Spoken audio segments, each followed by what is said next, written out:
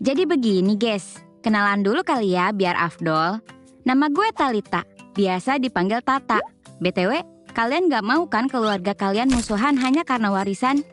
Ya kalau itu One Piece sih gue rela rebutan. Tapi ini lain.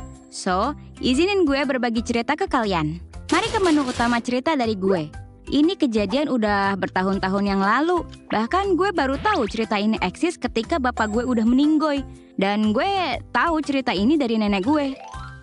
Yap, bapak gue meninggoy ngedului nenek gue. Tapi bukan itu intinya. FYI, nenek gue adalah anak pertama dari 2 bersaudara. Keluarganya keluarga terpandang sejak zaman Belanda dulu. Keluarganya adalah orang asli Lembang. Dan bapaknya nenek gue, which is buyut gue, adalah bapak lurah di sana. Yang zaman dulu tuh lurah udah sekelas orang mantep lah di zaman itu. Ya tajir, tanahnya banyak dan punya banyak usaha. Kebunnya luas men. Dan kalau lu ke area Cibogo Lembang, ada lahan hijau luas. Nah itu dulunya punya almarhum buyut gue, bapaknya nenek gue. Dan bagusnya adalah buyut gue cuma punya 2 anak. Nenek gue dan adiknya yang sama-sama perempuan. Nenek gue orangnya rajin, pekerja keras dan pintar. Padahal dulu nggak ada les atau bimbingan online kayak zaman now.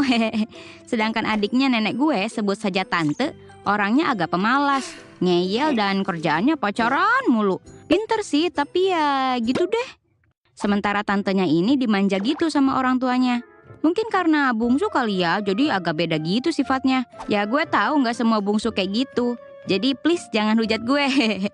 Ini kan gue ceritain apa yang ada di keluarga gue. Jangan marah ya sobat bungsu. Meski begitu nenek gue nggak iri dan tetap sayang sama adiknya. Gue nggak tahu sih. Kalau gue sih udah ceramah no jutsu ada macam gitu. Nenek gue orangnya terlalu baik dan gak enakan sih. Resiko jadi orang yang gak enakan tuh guys. Back to the story. Akhirnya dengan segala daya dan upaya, nenek gue akhirnya bisa dapat kerjaan bagus di Bandung dan membangun keluarga di sana bersama dengan kakek gue yang udah nungguin dia sejak dia sekolah. Cie, nungguin cie.